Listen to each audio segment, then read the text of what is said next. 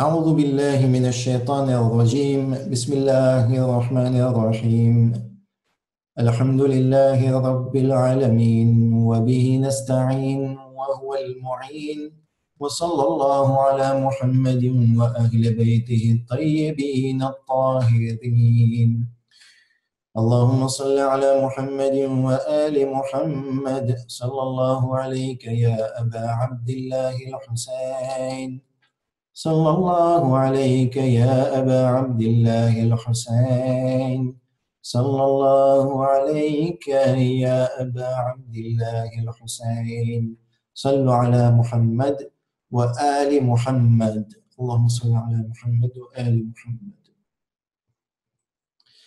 Arba'in de l'imam Hussein alayhi salam, histoire et fondement. Bienvenue pour la première session de cette classe virtuelle, de ce cours. Et donc, pour le cours d'aujourd'hui, nous aurons le plan suivant. Donc, aujourd'hui, on va étudier l'introduction, on va discuter concernant l'introduction de ce cours en 4 points. Les rites de la célébration pour le Arba'in, l'histoire de la marche spirituelle, c'est comme ça que je l'ai nommé, les fondements de la célébration et discussion sur les hadiths. Ensuite, on aura aussi deux autres points, deux autres parties qu'on va développer. La première partie, après l'introduction, ça va être les fondements historiques, la première opinion. Et la deuxième partie, les fondements historiques, la seconde opinion. Donc, dans ce cours, durant les 3 sessions, on va rentrer quelque peu en profondeur concernant les différents éléments historiques se rapportant à Arba'in et au 40e jour du martyre de l'imam Hussein alayhi salam. Alors, concernant le premier point de l'introduction, les rites de la célébration, donc vous savez que dans la période du Arba'in, donc c'est le 20 Safar, et durant la période de Arba'in qui commence au 10 Safar jusqu'au 20 Safar, durant 10 jours, les chiites du monde entier se réunissent et on va dire pratiquent différents rites de célébration. Alors le premier rite de célébration, c'est la ziyarat de l'imam Hussein alayhi salam. La seconde, c'est la réunion et les différents discours durant 10 jours dans le monde, le rassemblement des millions de personnes et la marche des dizaines et des centaines de kilomètres de la part de millions de personnes. Donc concernant la ziyarat de l'imam Hussein alayhi salam, la ziyarat, en général, s'effectue de 2 façons. La façon la plus célèbre, la plus connue et la plus recommandée, c'est celle d'aller sur place au mausolée de l'imam Hussein alayhi salam, lui rendre hommage, réciter le texte de la ziyarat qui n'est pas obligatoire, mais lui, on va dire, adresser nos salutations à l'imam Hussein alayhi salam, reconnaître son statut. C'est ce que l'on appelle généralement la ziyara, et il y a différentes recommandations concernant la ziyara, comme lire les différents textes qui nous ont été rapportés dans les différentes sources, accomplir des prières, lire le Coran dans le mausolée, etc. Il y a aussi le deuxième type de ziyarat qui est de loin, d'un lieu éloigné, comme on le fait depuis différents pays, et cette ziyarat aussi est recommandée, mais bien entendu, le mieux est de se déplacer si on a les possibilités. Le second rite, donc, c'est la réunion et l'organisation de différents programmes de discours religieux, de récitation, de deuil dans le monde entier. Sachant qu'il y a des dizaines d'années, ou même il y a 15 ans, moi, d'après mes souvenirs, il y a 15 ans, les chiites ne célébraient pas la période du Arba'in durant 10 jours, mais se suffisait de réciter, on va dire, de se réunir et de réciter le deuil, de faire un discours religieux la veille du Arba'in et le jour du Arba'in. Mais durant ces dernières années, il y a eu de l'évolution à ce niveau-là, et maintenant les chiites, on va dire, célèbrent durant 10 jours cet événement. D'accord ? L'événement de Arba'in, qui marque, et comme on le verra et on en discutera, selon certains récits historiques, qui marque le retour et la ziyara des Ahl al-Bayt alayhimus salam qui avaient été retenus captifs par l'armée de Omar ibn Saad et de Ubaydullah ibn Ziyad. Et donc, ils sont revenus à Karbala pour accomplir la première ziyarat de l'imam Hussein alayhi salam après son martyre. Tout cela selon certains récits et on le développera. Donc, c'est pour dire qu'il y a eu une évolution dans les rites de la célébration et qu'avant, au niveau des rassemblements et des réunions, cela était beaucoup moins intensif qu'actuellement. Le troisième rite, c'est le rassemblement de millions de personnes à Karbala. D'accord? Ici, donc, vous avez remarqué que j'ai bien essayé de distinguer les différentes idées. Le premier, c'est la ziyara. Ensuite, c'est la réunion et l'organisation des programmes. Le troisième rite, c'est le rassemblement de millions de personnes. Et on verra tout à l'heure les chiffres qui nous sont avancés par certaines sources. Et enfin, le quatrième rite, et je dirais que c'est le rite maintenant le plus célèbre, le plus connu, le plus médiatisé et qui est sujet à une très grande propagande positive, bien entendu, c'est le rite de la marche entre Najaf et Karbala, mais pas uniquement entre Najaf et Karbala, de différentes villes de l'Irak jusqu'à Karbala, et des milliers, des dizaines de milliers, des centaines de milliers et même des millions de personnes se dirigent vers le mausolée de l'imam Hussein alayhi salam à pied et parcourent des dizaines, des centaines et même pour certains des milliers de kilomètres durant leur parcours. Et cet événement ou ce phénomène est un phénomène, même en étant, on va dire, objectif, est quand même extraordinaire et exceptionnel. Je vais vous montrer quelques images concernant cette marche et ce rassemblement. Donc, vous pouvez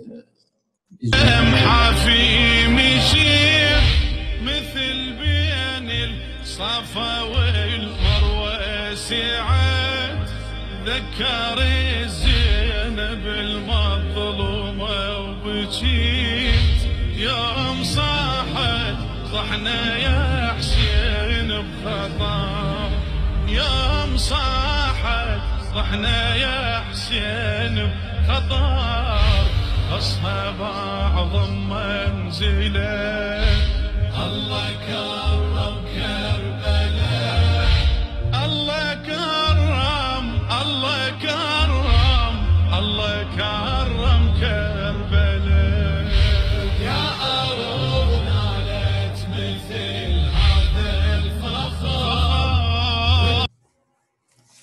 Alors donc, on a vu ces images qui nous montrent le rassemblement de ces milliers de personnes là, tout autour du mausolée.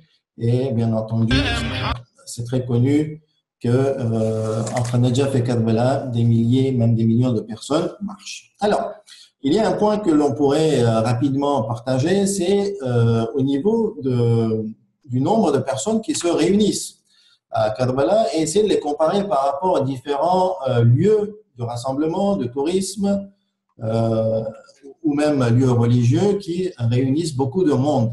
Et donc, selon différentes sources, on obtient les éléments que je vous présente ici. Mais j'aimerais, on va dire, vous faire part d'une information, c'est que lorsqu'on s'appuie sur des sources sur Internet, il faut les prendre avec, on va dire, précaution.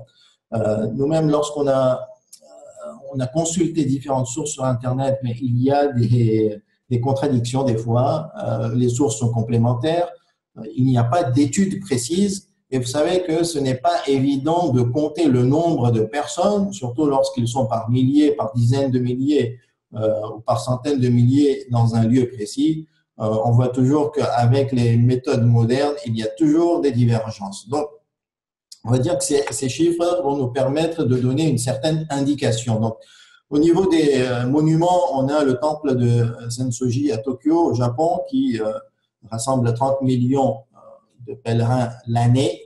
Il y a Notre-Dame de Guadeloupe de Mexico pour 20 millions de personnes qui se réunissent durant l'année, hein, je précise.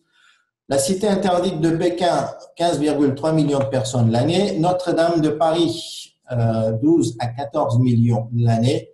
Et donc, c'est le lieu et le monument le plus visité en France, avant et devant la Tour Eiffel. La basilique de Saint-Pierre au Vatican à Rome, qui réunit 11 millions de personnes l'année, et la Grande Muraille de Chine pour 9 millions de personnes l'année. Ensuite, nous avons les lieux les plus visités au monde. Donc, on a le Las Vegas Strip, donc c'est le quartier de Las Vegas, qui réunit près de 40 millions l'année. Le Times Square à New York, près de 40 millions encore, un petit peu moins que le Las Vegas Strip. Il y a le Central Park à New York, toujours avec 37,5 millions l'année. L'Union Station de Washington, 32,8 millions. Les chutes de Niagara, donc on a un lieu touristique, un lieu naturel. Les chutes du Niagara en Amérique du Nord avec 22,5 millions. Et le Grand Central Terminal de New York, qui avec 3 grands lieux de rassemblement, de réunion, on va dire, se dégage des différentes villes et lieux du monde. Ensuite, en termes de rassemblement religieux, on entend souvent que le rassemblement de Arba'in est le rassemblement qui réunit le plus de monde au monde. Cela est peut-être vrai et cela n'est peut-être pas vrai selon certains chiffres. Donc, on a le rassemblement de Kumbh Mela en Inde, qui réunit, selon certaines sources, 30 millions. Selon d'autres sources, 70 millions tous les 3 ans. Et cela dans une période de 65 jours.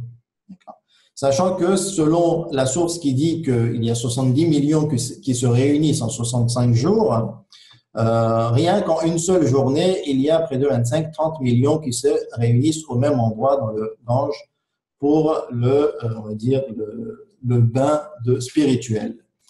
Et toujours le Kumbh Mela qui a différentes sortes de rites et d'étapes, parce que en fait c'est tous les 3 ans ils se réunissent et donc 4 fois 3, tous les 12 ans il y a un très grand rassemblement et selon certaines sources, durant ce rassemblement il y a 100 millions de personnes qui se réunissent, toujours dans une période a priori de 60 jours, plus de 60 jours.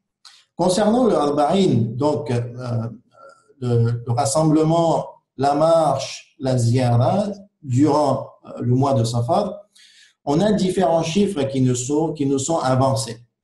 Selon des sources occidentales, mais elles dépendent des sources irakiennes, hein, il ne faut pas se mentir, il y a entre 17 et 20 millions.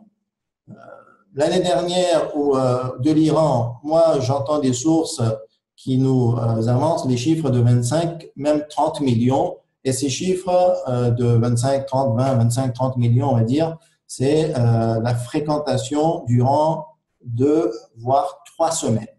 D'accord ? Surtout pour ceux qui commencent à marcher depuis l'Iran et qui vont vers Karbala, depuis Basra, qui est séparé de Karbala de 600 km. Donc, ils prennent une période beaucoup plus large. Donc, on voit qu'avec ce chiffre, effectivement, Arba'in est un très, très grand rassemblement. Maintenant, nous, on dépend, on va dire, de l'appréciation des chiffres. Hein, ils peuvent être exacts, inexacts. Et si on comptabiliserait le nombre de pèlerins qui se réunissent à Karbala, chaque année, ben, on pourrait dépasser facilement les 40, 50 millions, surtout qu'il y a beaucoup de périodes où les chiites se rassemblent à Karbala. Il y a Ashura, il y a le jour de Arafat, il y a le 15 Sha'ban, tous les jeudis soirs. Et c'est fort possible que s'il y a un décompte assez sérieux, hein, la ville de Karbala ou le mausolée de l'imam Hussein alayhi salam soit le lieu le plus visité au monde. Et ce qui est quand même extraordinaire quand on regarde cette fiche, c'est que la question qui se poserait aussi, c'est que qu'est-ce qui fait que ces gens se rassemblent par millions à cet endroit et qui rendent hommage à cette personne qui est Hussein ibn Ali, le petit-fils du prophète et du messager de l'islam, alayhi salam. Donc, ce sont des questions légitimes, ce sont des questions qui devraient être analysées et que ça donnerait envie à tout communicant de pouvoir être si efficace pour rassembler autant de monde. Avant de passer au slide d'après, il y a un petit sondage qui serait intéressant. c'est concernant votre expérience sur la marche de Karbala. Donc, je mets le lien dans le panel de conversation. Cliquez sur le lien. Cliquez sur le lien dans le panel de conversation et vous aurez une fenêtre qui apparaîtra. Bon, on va commencer à passer à la lecture des réponses jusqu'à ce que les autres répondent. Donc, avec 36 fiches reçues. Avez-vous déjà fait la marche de Arba'in? Donc, on a près de 80%, 76%. Donc, on voit que les résultats avancent. On a 76% qui n'ont pas expérimenté la marche de Arba'in, alors que 25% l'ont fait. Donc, pour les 25% qui l'ont fait, quelles ont été vos sensations? Donc, regain spirituel pour 50%, influence positive dans la religiosité, 50%, rapprochement de l'imam, plus d'amour pour l'imam, émerveillement vis-à-vis du rassemblement, 80%, développement altruiste et humaniste pour 50%, intérêt social et fraternel, 41%, il n'y a rien de spécial, donc personne n'a, tout le monde, on va dire, a ressenti quelque chose. Si oui, quelles sont vos critiques? Gaspillage pour 10%, manque d'hygiène, 30%, mauvais comportement, 0%, excellent. Folklorisation de l'événement, 36%. Perte du sens de la ziyara, 18%. Aucune critique pour 9%. Je ne sais pas, j'étais trop petit, d'accord? Donc, on reconnaît qu'elle ne peut pas critiquer la personne, très bien. Cochez la réponse qui vous convient le mieux. 63% disent que je n'ai jamais fait la marche et aimeraient la faire au moins une fois. Nous avons ensuite 29%, j'ai déjà fait la marche au moins une fois et aimerais la refaire. Il y a une personne, j'ai déjà fait la marche au moins une fois, mais ne ressens pas le besoin de la faire. Et 3 personnes, je n'ai jamais fait la marche et ne ressens pas l'envie de la faire. Donc, il y a 4 personnes qui ne souhaitent pas expérimenter. Donc, au total, on a 68% qui n'ont pas fait la marche et 32% qui ont fait la marche. Donc, très bien. On a quand même de bons chiffres. On va continuer la présentation. Merci beaucoup pour avoir répondu au sondage. Et on passe maintenant au second point de la présentation avec l'histoire de la marche spirituelle, parce que la marche est un événement maintenant mondial, comme on l'a vu, est un événement extraordinaire. Donc, on va un petit peu parler de l'histoire de cette marche. Alors, pour bien comprendre cette histoire, on va remonter au début de l'islam avec l'obligation du Hajj qui, selon certaines recherches, admettent que c'était à l'an 9 ou l'an 10 où le Hajj a été rendu obligatoire dans la loi islamique. Et là, dès le départ, on retrouve des hadiths concernant la recommandation d'aller au Hajj, d'aller accomplir le Hajj à pied. Donc, on a ce hadith du 6e imam, alayhi salam, rapporté par Sadouk, et qui nous dit que Al-Hassan ibn Ali, alayhi salam, كان أعبد الناس في زمانه وأزهدهم وأفضلهم وكان إذا حج حج ماشيا. Donc l'imam rapporte que l'imam Hassan alayhi salam, lorsqu'il partait au Hajj, il l'accomplissait en marchant. Et dans d'autres sources, on retrouve que pendant 20 ans, 20 Hajj, l'imam Hassan alayhi salam a accompli le Hajj en partant à pied de Médine jusqu'à la Mecque, et selon d'autres sources, 25 ans. Donc on a dès le départ des indications qui nous disent que l'imam Hassan et l'imam Hussein alayhi salam partaient accomplir le Hajj à pied. Ensuite, en 60-61 de l'Hégire, donc on a eu l'événement de Karbala, et là, on retrouve différents riwayats que vous avez sûrement dû entendre, qui nous incitent et qui incitent les chiites à aller accomplir la ziyarat de l'imam Hussein alayhi salam, comme ce riwayat dans Tahdhib al-Ahkam de Sheikh Tousi, où le 6e imam alayhi salam, Abu Abdillah alayhi salam, dit « Ya Hussein », donc il s'adresse au rapporteur, « Man kharaja min manzilihi yuridu ziyarat al-Hussein », celui qui sort de sa maison, de chez lui, pour aller accomplir la ziyarat de Hussein ibn Ali ibn Abi Talib.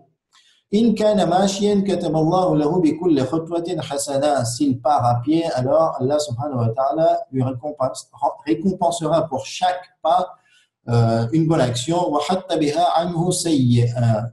Et éliminera pour chaque pas une mauvaise action. Donc, on voit une incitation claire à aller accomplir la ziyarat de l'imam Hussein alayhi salam à pied. Et c'est ce qui se passe depuis l'époque des imams, où on voit que petit à petit, ce phénomène se manifeste et apparaît, où certains compagnons des imams, certains chiites, partent accomplir la ziyarat de l'imam Hussein alayhi salam.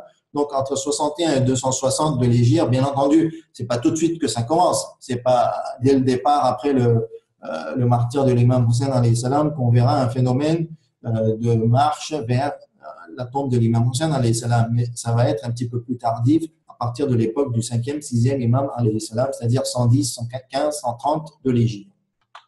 Ensuite, on avance, 320, 447 de l'hégire. Et c'est l'époque où les Bouhaïd, les Bouhaïd, ou les Bouïdes en français, vont régner sur une partie des terres islamiques. Et les Bouhaïd, qui étaient des chiites zélites, d'accord? Donc c'est eux qui gouvernaient. Ils avaient une politique d'ouverture. Ils respectaient, on va dire, les sunnites. Les sunnites vivaient en paix sous leur gouvernement. Il n'y avait pas de souci.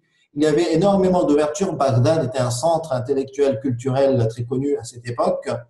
Et bien entendu, comme ils étaient chiites, ils favorisaient les différents rites de célébration de l'imam Hussein alayhi salam. Et c'est à cette époque qu'on voit les rites qui commencent à se populariser et à se propager dans la gente de la population et surtout chez les chiites. Et là, à cette époque, donc, on voit de plus en plus de personnes qui vont aller à la ziyarat de l'imam Hussein alayhi salam à pied. Juste une petite parenthèse rapidement. Donc, c'est la carte qui nous montre en vert, et donc la partie que vous voyez entourée en noir, c'est les terres où régnait cet État, les Bouhaïd. Et donc, on voit clairement l'influence qu'ils avaient sur certaines terres islamiques. Juste pour vous dire que c'est très intéressant d'apprendre et de connaître l'histoire islamique et comment il y a eu les différentes guerres, les changements de gouvernement, les différentes prises de pouvoir. Ensuite, après le départ des Bouhaïd, de 450 à 900 de l'hégire, il y a eu différents types d'attaques, même sur ces terres. Il y a les Moghols, les Ghaznavides qui ont pris le pouvoir. Et donc, il y a eu un affaiblissement du phénomène de la marche de l'imam Hussein alayhi salam. Je ne veux pas dire qu'il n'y avait plus, mais c'était marginalisé. Il y avait des petits groupes ou certains savants qui l'incitaient, mais à cause du fait que le gouvernement n'était pas en faveur des chiites, automatiquement, il y avait une atténuation de ce phénomène.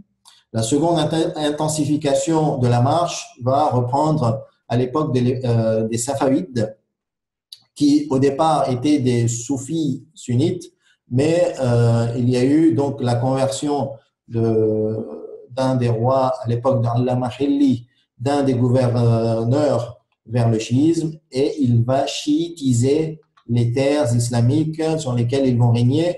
Donc là, vous pouvez voir en jaune l'influence et le pouvoir de l'empire safavide à leur apogée. Et donc, on voit clairement qu'ils avaient en leur possession énormément de terres islamiques et leur influence était quand même très grande sur ces terres.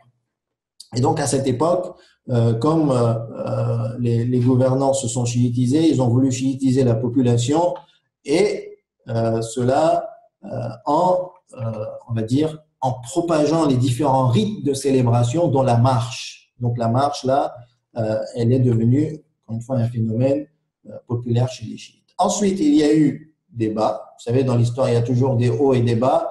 Il y a eu des bas après la chute de l'influence safavide, de la dynastie safavide.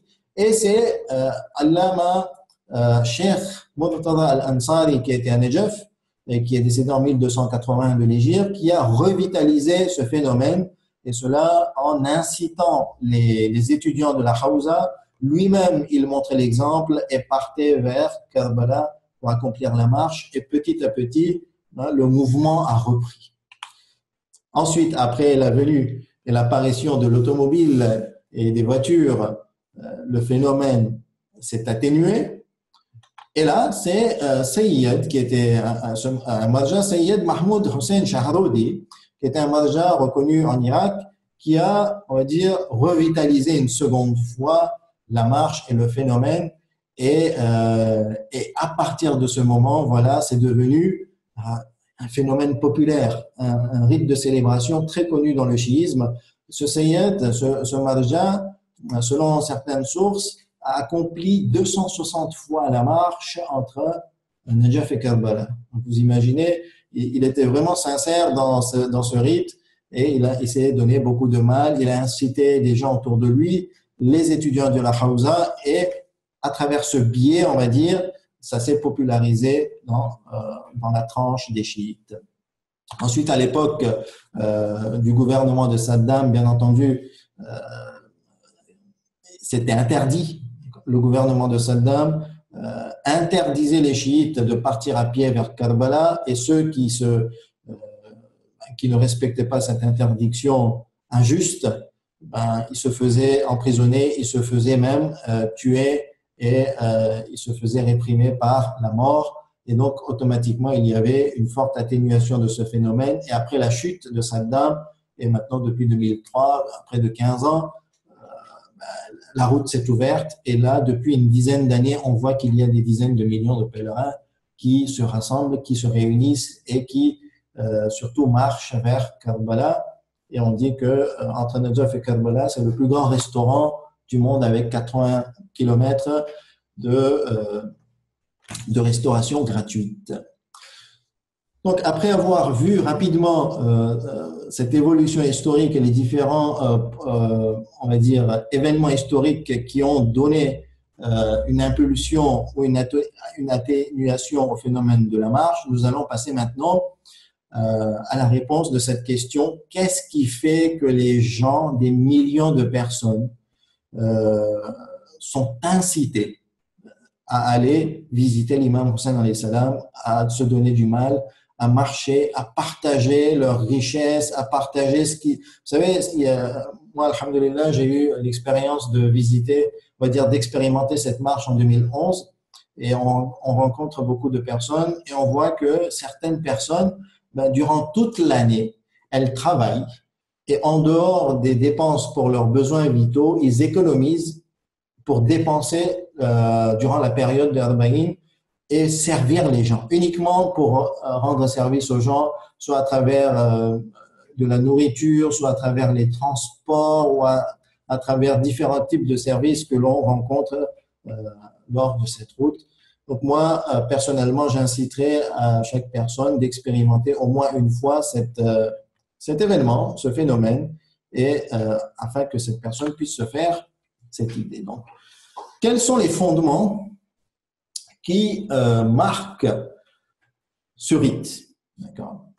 Et là, au niveau des fondements, des preuves, il faut bien savoir que ce que l'on recherche maintenant, ce sont les preuves religieuses. D'accord. On parle d'un événement religieux, donc on a besoin de preuves religieuses. Et dans la méthodologie des preuves religieuses, on a besoin de textes clairs, dont la transmission n'est pas douteuse, qui nous prouvent que Allah subhanahu wa ta'ala, ou son messager, ou ses représentants, donc concernant les chiites, les imams en islam, sont les successeurs du prophète et retransmettent le message de l'islam. Donc on a besoin qu'une source, un texte nous vienne de ces personnes, de ces infaillibles, et nous dise clairement que voilà, la ziyarat du jour d'Arba'in est recommandée aux chiites. Allez visiter l'imam Hussein alayhi salam le 20 Safar.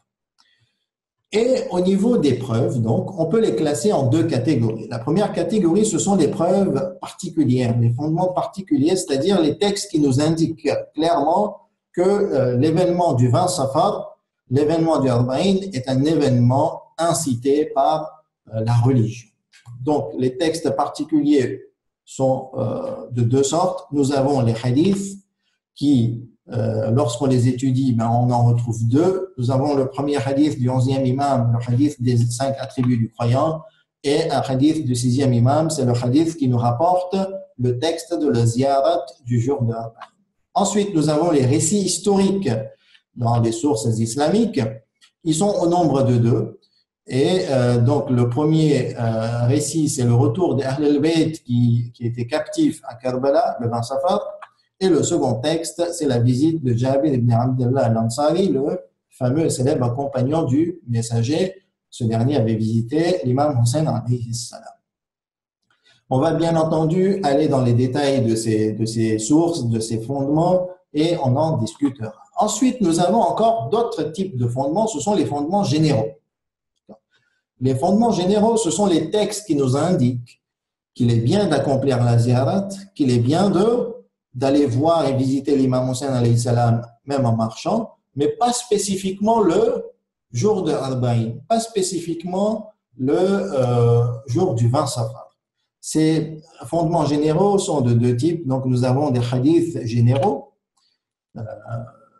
qui nous indiquent la recommandation de la ziyarat de l'imam Hussein en tout temps, en toute période de l'année. Et nous avons des hadiths qui nous recommandent de marcher pour la ziyarat. Nous en avons vu un comme exemple tout à l'heure. Nous avons aussi les preuves et les sources religieuses qui nous incitent à la promotion de la religion. Et comme le rassemblement et la marche de Arba'in et la ziyarat de l'imam Hussein alayhi salam est un exemple de promotion de la religion, donc on pourrait justifier religieusement cet événement à travers les preuves générales de la promotion de la religion. Concernant notre étude, elle se limitera aux fondements particuliers. D'accord ? Parce que concernant les fondements généraux, il n'y a pas de doute. Nous avons tellement de hadiths qui nous indiquent la recommandation de la ziyarat de l'imam Hussein alayhi salam qu'au niveau des chiites, ce n'est pas possible de remettre en question. Il n'y a pas de divergence à ce niveau. Et au niveau même de la recommandation de la marche, il n'y a pas de souci particulier à ce niveau. Et concernant la promotion de la religion, c'est quelque chose avant tout rationnel. Lorsqu'on considère que l'islam est, on va dire, universel et qui est le message divin, donc automatiquement, nous devons promouvoir ce message. C'est tout à fait compréhensible. Et en dehors de cette preuve rationnelle, nous avons aussi les textes qui nous indiquent et qui nous incitent à promouvoir la religion. Donc nous, notre discussion se limitera à cette partie, on va dire, en jaune, en marron, et qui se limite aux fondements particuliers. Il y a une petite parenthèse que j'aimerais ouvrir, c'est concernant le fait de discuter sur des fondements, sur des preuves, sur des sources, surtout lorsque cela concerne les rites de célébration de l'imam Hussein alayhi salam, ou selon d'autres termes utilisés au niveau des Indo-Pakistanais sur le Azadari. À partir du moment où on commence, où on souhaite se poser des questions ou réfléchir concernant le Azadari ou les rites de célébration de l'imam Hussein alayhi salam, on ressent une certaine tension chez certains chiites ou dans certains milieux chiites. Donc, on pose des questions et on voit tout de suite une tension, un énervement qui apparaît chez certaines personnes. Là, je parle de faits. D'accord ? C'est comme ça que ça se passe. C'est comme ça que moi, je constate les choses. Si vous n'êtes pas d'accord, vous pouvez vous exprimer dans le panel de conversation et vous pourrez prendre la parole tout à l'heure après la fin du cours. Ensuite, si les personnes, au-delà de poser des questions, commencent à réfléchir activement sur certaines problématiques, on ressent qu'il y a de l'accablement. D'accord ? Comme si on n'aurait pas le droit de réfléchir et de poser des questions sur ce type de problématique, ce type de phénomène. Le phénomène de rassemblement existe, nous en sommes conscients, nous avons le droit de poser des questions selon les sources islamiques, selon le Coran et la Sunna, mais en retour, on ressent qu'il y a de l'accablement comme si on n'avait pas le droit de réfléchir. Et si cette réflexion devenait maintenant verbale, à ce moment-là, ça pourrait se transformer en de la violence et on remarque cela malheureusement au Moyen-Orient. Je dirais que je ne suis pas d'accord donc avec ces réactions d'énervement, d'accablement et de violence Et j'estime que ces réactions vont à l'encontre des bases du chiisme. Je dirais que le chiisme, à la base, c'est toujours le fait de penser, le fait de réfléchir, le fait d'accepter ce pouvoir naturel qui nous a été donné par Allah subhanahu wa ta'ala, la capacité de raisonner, et on devrait préserver ce droit pour tout le monde. Et il faudrait absolument éviter de renfermer le chiisme, et moi je dirais de le mener à sa perte, parce que lorsqu'on se renferme à l'esprit, lorsqu'on incite au renfermement de l'esprit collectif, à ce moment-là, on provoque la perte collective et la perte communautaire. Et lorsqu'on étudie l'histoire, on remarque que le chiisme a pris de l'ampleur dans les moments d'ouverture. Vous savez, à l'époque des Bohéites, où nous avons eu nos meilleurs savants, comme Cheikh Moufid, comme Cheikh Toussi, comme Sayyid Murtada, comme Sayyid Sharif Abadi, le compilateur du Nahj al-Balagha, et c'était à l'époque des Bohéites, parce que les Bohéites ou les Bouïdes en français ont laissé le débat ouvert entre sunnites, chiites, et même en dehors des sunnites et chiites, les autres avaient le droit de s'exprimer, ils avaient le droit de rechercher. Vous savez, à l'époque de Ma'moun, à l'époque de l'imam Rida alayhi salam, cette époque est connue comme l'âge d'or de l'islam. Pourquoi? Parce que Ma'moun, en dehors de sa politique, je ne juge pas sa politique envers les Ahl al-Bayt, mais il était ouvert d'esprit par rapport aux différentes religions, par rapport aux différents mazahib et écoles islamiques, par rapport à la science. Et c'était lui qui avait, on va dire, incité au Dar al-Hikmah à Bagdad, la maison de la sagesse, qui est un grand lieu d'ouverture et un grand lieu intellectuel dans l'islam, même dans l'histoire de l'islam. Dar al-Hikmah, c'est connu. Et c'était à cette époque où l'islam a connu une grande ouverture, et cela a permis justement une belle évolution du chiisme. Ensuite, à l'époque safaouide, au début de l'époque safaouide, les dirigeants safaouides étaient sunnites, tout le monde le sait. Et si Allama Hilli alayhi rahma a pu discuter avec le gouverneur de l'État safaouide, c'était parce qu'il y avait une certaine ouverture d'esprit à cette époque. Il y avait un rapprochement entre les différentes écoles musulmanes et elles pouvaient discuter, elles pouvaient échanger dans la paix et de façon pacifique. Et c'est ce qui a fait que petit à petit, le chiisme a pris de l'ampleur et a pris, on va dire, une certaine couleur. Donc, à chaque fois que l'on rencontre une ouverture dans l'histoire, on voit que le chiisme prend du terrain. Pourquoi? Parce que la base du chiisme, c'est la liberté de penser, la liberté de choisir, l'honnêteté intellectuelle. Et c'est là que nous devrions faire des efforts pour essayer de justement échanger ces concepts qui sont l'énervement, l'accablement et la violence vers des concepts qui sont la noblesse d'esprit, le débat intellectuel avec respect et pacifique et la fraternité. Vous savez, à aucun moment la divergence d'opinion va à l'encontre de la fraternité. Ce n'est pas possible que dans une famille, deux frères soient tout le temps d'accord. Ça, tout le monde l'expérimente. Il y a toujours des moments, des sujets sur lesquels les frères, les frangins, parents, enfants, parents entre eux, couples divergent, mais tant qu'il y a du respect, tant qu'il y a de la noblesse d'esprit, tant qu'il y a de l'indulgence, cela ne pose pas problème dans les relations. Donc c'est là que nous devons, on va dire, nous éduquer et inciter les autres à aller dans ce sens. Je referme cette parenthèse parce que je tenais vraiment à la partager avec vous. Et j'avance et on revient avec notre schéma sur les fondements. On avait dit qu'on discutait concernant les fondements particuliers. Et là, j'aimerais vous dire que c'est vrai, on discute de fondements et qu'admettons si on remet en question certains fondements, quelles seraient les conséquences? Je vous ai dit tout à l'heure qu'on va se limiter à l'étude des fondements particuliers et vous allez voir que pour chaque fondement, pour chaque preuve, il y a des divergences d'opinion. Certains sont d'accord, d'autres contre. Pour certains, les preuves ne sont pas suffisantes, que ce soit au niveau des hadiths, que ce soit au niveau des récits historiques. Et d'ailleurs, les deux prochains cours, on va détailler ce débat et on va l'étaler devant vous. Mais si on suppose, je dis bien si on suppose, qu'une personne réfute ou n'est pas d'accord et trouve que toutes les preuves particulières, tous les fondements particuliers sont insuffisants pour prouver que le rassemblement ou la ziyara du jour de Arba'in, le 20 Safar, de façon spécifique, n'est pas un acte religieux ou prouvé par la religion. Admettons qu'on trouve une personne comme ça. Il n'y a aucun problème, il n'y a pas de mal religieux. De toute façon, ces personnes acceptent que les preuves générales, les fondements généraux sont confirmés. Donc, même si on réfute, je dis même si, en supposant qu'on réfute les fondements pour la recommandation de la ziyarat de Arba'in, il n'y a aucun mal à aller accomplir ces actes, à marcher vers Karbala le jour d'Arba'in, parce que nous avons suffisamment de fondements généraux pour justifier cela en tout temps et en toute époque.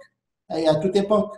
C'est vrai qu'il n'y aura pas de recommandation particulière pour le jour du 20 Safar, mais il n'y a pas de mal concernant ces savants. Donc, il faudrait bien que nous soyons, on va dire, précis dans la compréhension des idées et surtout, il faut essayer de dépassionner les discussions qui, à la base, ne méritent pas de se passionner, on va dire, de façon violente. On va maintenant passer donc à l'étude des preuves et on va, pour aujourd'hui, discuter concernant le premier hadith. C'est le hadith des 5 attributs du croyant. Donc, ce hadith nous a été rapporté par l'imam al-Askari alayhi salam, ou de l'imam al-Askari alayhi salam. Donc, علامات المؤمن 5 صلاة 51 وزيارة 40 والتختم في اليمين وتعفير الجبين والجهر ببسم الله الرحمن الرحيم. Avant de vous faire part de la traduction du verset, donc c'est le verset des 5 attributs, je suis sûr que vous le connaissez, on va étudier sa traduction tout à l'heure. La première des questions, c'est d'où nous vient ce hadith. Quelles sont les sources du hadith? Je ne sais pas si vous avez été présent avec moi, vous avez suivi le cours concernant les sciences du hadith, mais si vous l'avez fait, vous allez comprendre facilement ma démarche. La première des questions qui se posent, si nous avons une parole du 11e imam, il faut s'assurer qu'elle soit du 11e imam. Je ne peux pas me permettre d'accepter tout ce qui nous est dit, que voilà, l'imam a dit ceci, l'imam a dit cela, alors que je ne suis même pas sûr s'il l'a dit ou s'il l'a fait. Je dois m'assurer qu'il l'ait dit ou qu'il l'ait fait.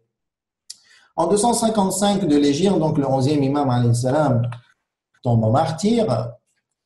En 336-413 de l'Hégire, c'est la vie de Cheikh al-Mufid qui nous rapporte ce hadith dans Kitab al-Mazar. Donc, c'est la première source qui nous rapporte ce hadith. Ensuite, nous retrouvons une autre source de son élève, Cheikh Tousi, qui rapporte ce hadith dans 2 sources. Tahdhib al-Ahkam, un des 4 livres, un des Kutub al-Arba'a, et Misbah al-Mutahajjid, qui est un livre de droit et de rites d'adoration. Nous retrouvons ce hadith tel qu'il est écrit en arabe et tel que je vous l'ai lu. Nous retrouvons une 4e source, Fatal al-Nishaburi dans Rawdatul Wa'idhin, qui lui est décédé en 507 de l'Hégire, qui nous rapporte exactement le même texte. Et enfin, nous avons Ibn al-Mashhadi, qui nous rapporte ce texte, je dis bien ce texte, avec une différence. Dans Al-Mazar al-Kabir, ce dernier est décédé en 610 de l'Hégire. Donc, Cheikh al-Mufid, nous avons une étoile vide. Cheikh Tousi, nous avons une étoile vide. Et Fatal al-Nishaburi, nous avons une étoile vide, c'est-à-dire qu'il n'y a pas de chaîne de transmission. Nous n'avons pas de chaîne de transmission, et on le verra dans le prochain slide. Par contre, Ibn al-Mashhadi, lui, il a une chaîne de transmission. À la base, il y a un sanad. Donc, concernant la transmission de Cheikh al-Mufid, puisque les autres transmissions sont exactement, ou le riwayat des autres sources sont exactement comme celle de Cheikh Mufid, nous avons al-Mufid 336, qui est né en 336 de l'Hégire et décédé en 413, nous rapporte de l'imam Hassan ibn Ali, alayhi salam, sans aucun intermédiaire.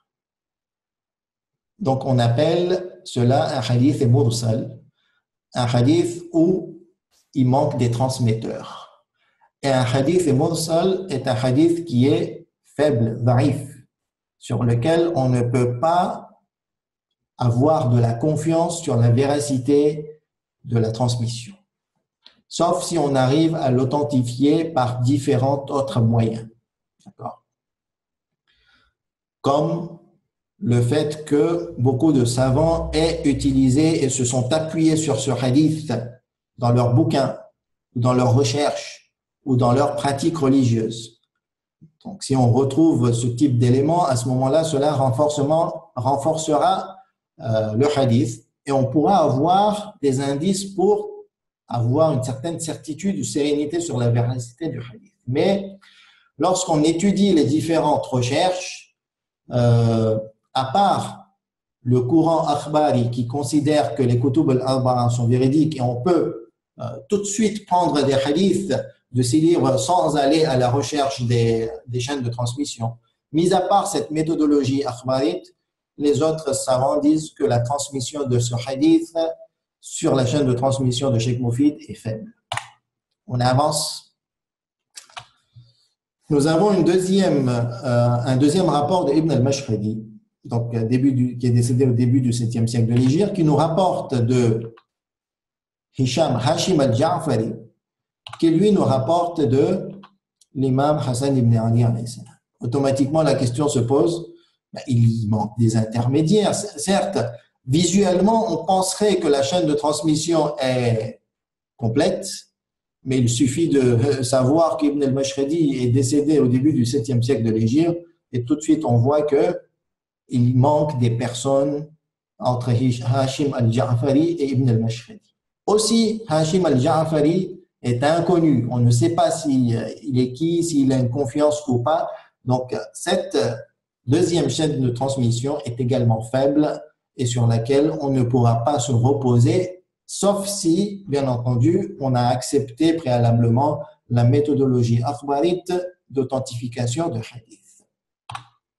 Concernant ces termes que je vous ai utilisés, authentification de hadith, chaîne de transmission, si vous n'avez pas suivi les cours sur l'introduction aux sciences du hadith, je vous conseille vivement à le faire. Vous allez retrouver la série des cours sur le site inour.fr et vous pourrez apprendre à ce niveau et mieux comprendre même les cours d'après. D'accord? Donc, ce cours pourra vous être utile.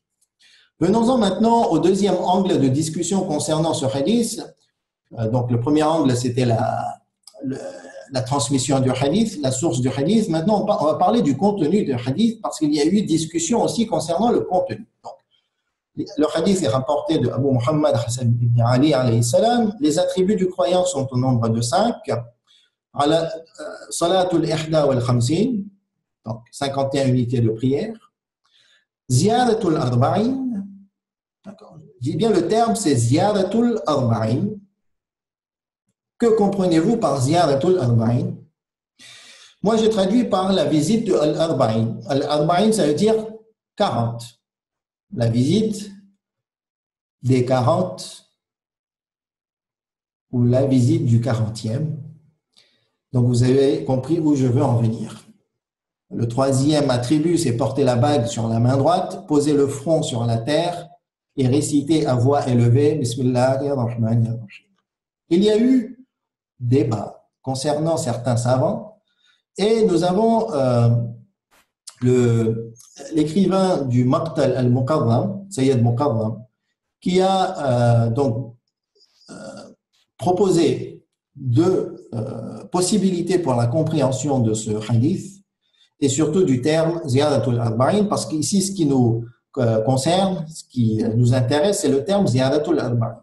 Si l'imam alayhi salam a voulu dire que la visite du 40e, c'est un des attributs du croyant, donc on suppose que la visite du 40e, c'est le 20 Safar et qui marque le 40e jour du martyre de l'imam Hussein alayhi salam. C'est la première possibilité et c'est l'opinion célèbre dans la compréhension de ce verset. Nous avons une autre opinion, une autre probabilité dans la compréhension, c'est que ici, Ziyadatul Arba'in voulait dire la visite des 40, c'est-à-dire visiter 40 croyants. C'est-à-dire parmi les attributs du croyant, ce dernier va à la visite de ses frères croyants et visiter 40 croyants. Ça fait partie, on va dire, des bonnes choses, des recommandations de la part de l'imam, alayhi salam, si on a cette lecture.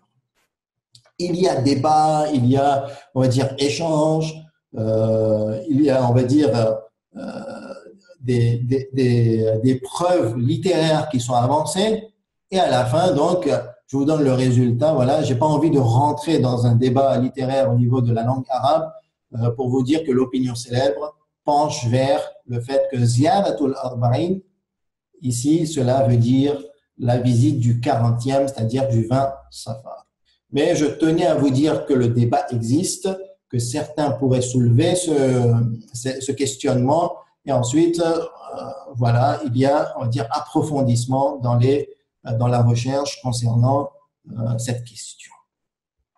Je vais donc terminer mon cours avec une petite synthèse pour vous rappeler ce qu'on a fait jusqu'à maintenant, ce qu'on a vu jusqu'à maintenant. Demain, on va continuer avec le second hadith, le hadith qui nous rapporte le texte de la ziyara, et ensuite on va se diriger vers les fondements historiques, les récits historiques qui nous indiquent l'importance du jour de Arba'in et du 20 Safar. Donc, lors de cette première session et l'introduction, on a parlé des rites de la célébration pour le Arba'in, on a fait un exposé des différents rites et on a aussi comparé les différents lieux, monuments qui rassemblaient énormément de personnes à travers le monde. On a fait un sondage concernant cette question. Ensuite, on a parlé de l'histoire de la marche spirituelle et on a eu pas mal d'informations qui pourraient nous intéresser. Donc, le début de cette marche remonte à l'époque des imams et on a eu deux périodes d'intensification, l'époque bouwayite et safavite, et on a vu que dernièrement, c'était Ayatollah Mahmoud Hosseini Shahroudi qui a donné une impulsion populaire chez les chiites concernant ce phénomène. On a aussi exposé les 4 principaux fondements de la célébration et après les avoir classifiés en fondements particuliers et généraux, on a ouvert une parenthèse sur la liberté de penser, de réfléchir et de rechercher et qu'il était important d'ouvrir l'environnement et d'assainir et de dépassionner, on va dire, les débats afin que nous-mêmes on tire profit et qu'on favorise l'évolution de notre message ou du message auquel on a adhéré. Et enfin, on a vu l'étude du hadith sur les 5 attributs du croyant qui nous a été rapporté du 11e imam. On a étudié de 2 angles, de la source, de la transmission, et de l'autre côté, au niveau du contenu, on a soulevé une problématique. Wa sallallahu ala Muhammad wa ali Muhammad.